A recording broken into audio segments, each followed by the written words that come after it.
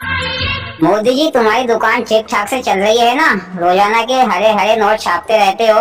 अखिलेश बाबू, आजकल हरियाली बंद हो गई है। आजकल तो नीली पीली नोट चल रही है। हरे नोट बंद हो गए हैं। हाँ हाँ, ये तो पहले की बात बोल गया मैं। चलो ठीक है, नीले पीले ही सही, पर छपाई तो चल रही है ना?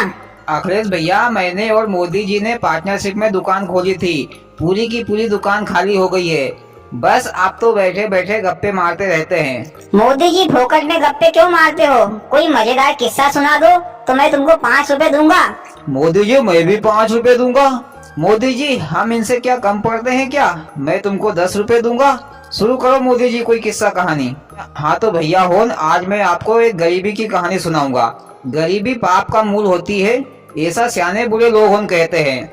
एक गरीब आदमी था। एक दिन वह राजा के पास कर्ज मांगने के लिए गया।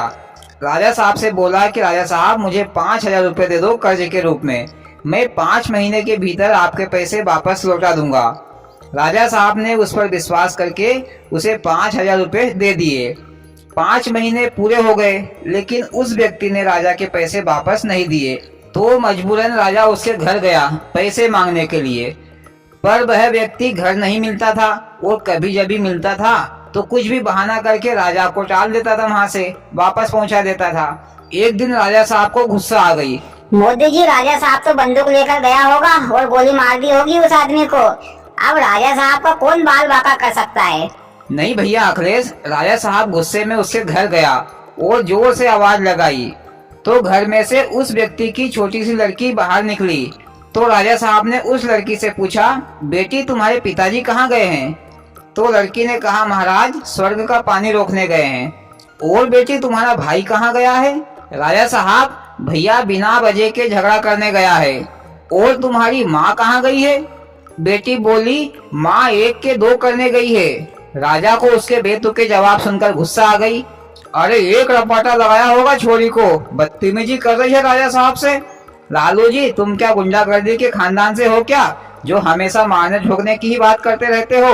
अरे प्यार से पूछा होगा। मोदी जी, आगे बताओ, आगे क्या हुआ, जल्दी बताओ। गुस्सा में राजा ने कहा बेटी से, तुम यहाँ बैठे बैठे फिर क्या झक मार रही हो? तो बेटी ने मुस्कुराकर जवाब दिया, राजन मैं बैठे बैठे यहाँ पर संसार देख रही हूँ। राजा साहब समझ गया कि इस छोरी ने तो मेरे को ही उलझा दिया। फिर राजा ने सोचा कि अब इससे प्यार से पूछा जाए कि इन जवाबों का मतलब क्या होता है। राजा ने कहा कि बेटी, इन जवाबों का मतलब क्या है? तो लड़की ने कहा, राजन मैं आपको इन जवाबों को अच्छे से एक्सप्लेन कर दूंगी, पर मेरी एक शर्त है कि आपको मेरे पिताजी का कर्ज माफ करना होगा। तो राजा ने कहा, ठीक है, मैं तुम्हारे पिताजी का कर्ज माफ कर दूंगा, आप बताओ। तो लड़की ने कहा कि राजा साहब आप कल आना, मैं आपको कल अच्छे से एक्सप्लेन कर दूंगी।